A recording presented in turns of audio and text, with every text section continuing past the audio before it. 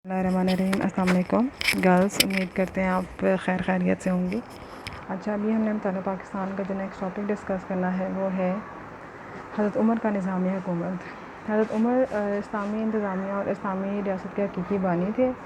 आपको पता है कि हज़रत उमर जो हैं वो हमारे दूसरे खलीफा हैं और उन्होंने जो इस्लामी बहुत सारे इस्लामी जो है ना बहुत सारे ममालिक को फ़तह किया और वहाँ पे उन्होंने एक इस्लामी रियासत की बुनियाद जो है रखी थी और उन्होंने इंतज़ामिया में जो कायम की अपनी जिसे हम इस्लामी इंतज़ामिया कहते हैं उसमें उन्होंने नई इस्लाहात नाफिज़ की और इंतज़ामी नज़रियात तो अमल का तसव्वुर पेश किया, नज़रिया और अमल का तसव्वुर जो है वो पेश किया।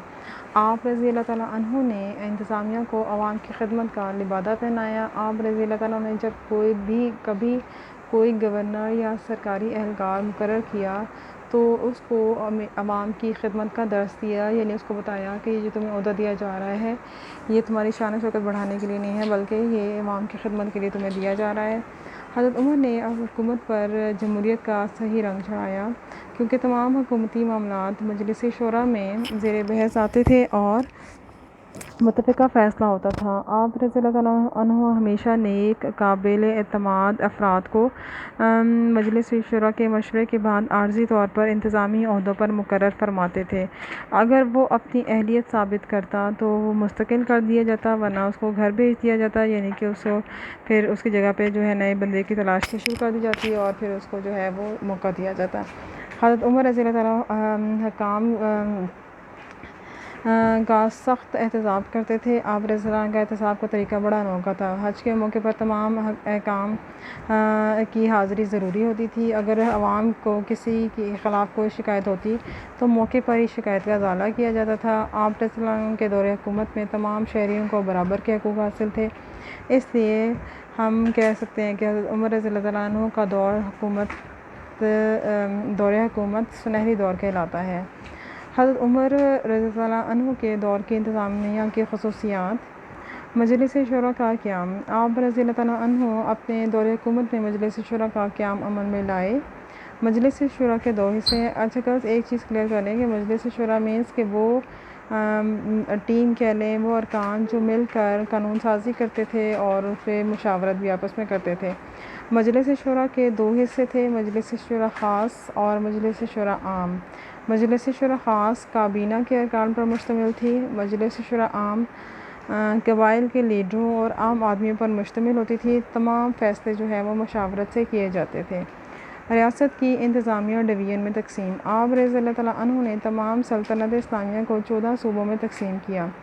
अंडरलाइन कर लें इसको, यह उसमें आ सकता है MCQs में कि कितने सूबों में जो है वो इसको सल्तनत इस्लामिया को जो है वो तकसीम किया गया और सूबों को फिर मज़ीद जो है वो ज़िलों में तकसीम किया गया, यानी तमाम मुल्क को मुख्तलिफ़ इंतज़ामी इकाइयों में तकसीम किया गया।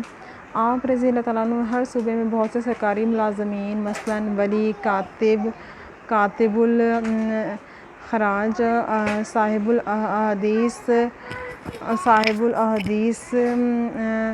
साहिबुल बैतुल माल, काजी और आदिल मुकर्रर कर रखे थे।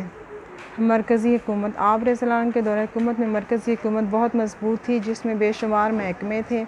इनमें काबिल ज़िक्र जो हैं वो दीवानुल जन्नत, दीवानुल इंशा, दीवानुल खराज,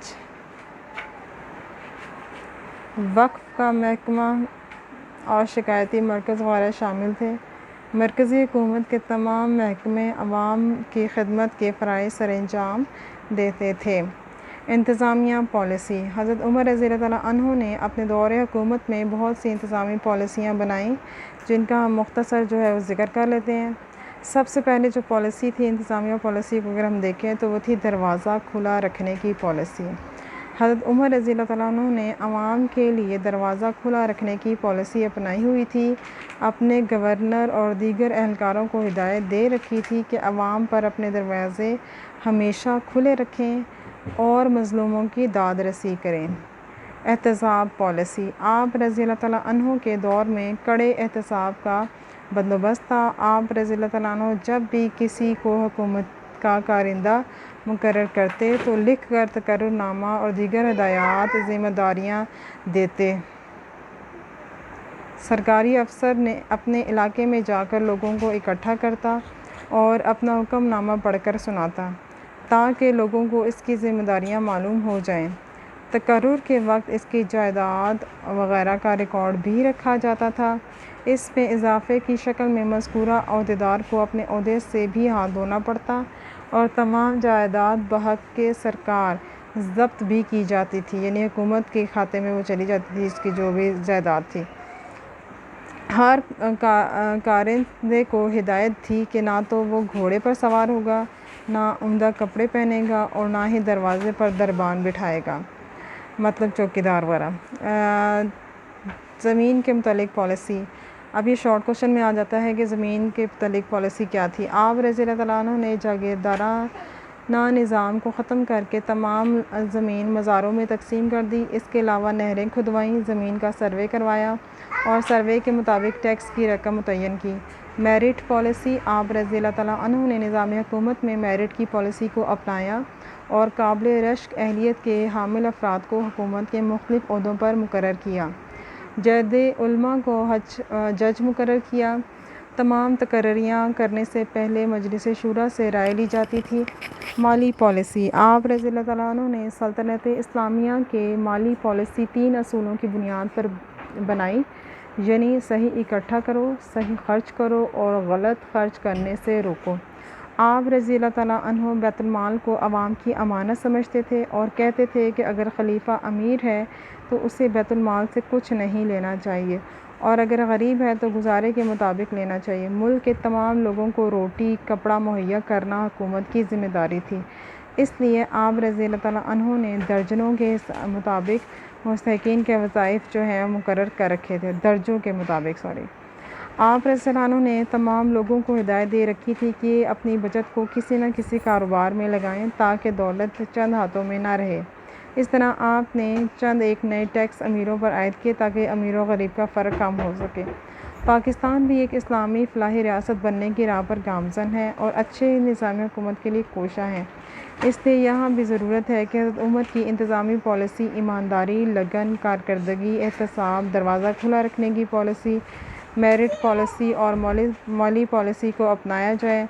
پاکستان کی افسر شاہی کو چاہیے کہ وہ حضرت عمر رضی اللہ عنہ کی انتظامی فلسفی کو سمجھیں اور عوام کی خدمت کا تہیہ کریں تو ان میں سے اچھی انتظامیہ کے اوصاف جو ہیں وہ پیدا ہو سکتے ہیں۔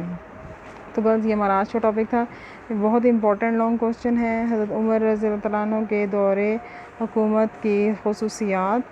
تو یہ آپ نے اس کو پریپیئر کرنا ہے as a long question, detail میں کرنا ہے، ساری ہیڈنگ کے ساتھ کرنا ہے۔ امپورٹنٹ لانگ کوسچن ہے، یہ پیپر میں آ جاتا ہے، آپ نے اس کو اچھے طریقے سے پریپیئر کرنا ہے۔ اپنا خیال رکھیے گا، اللہ حافظ۔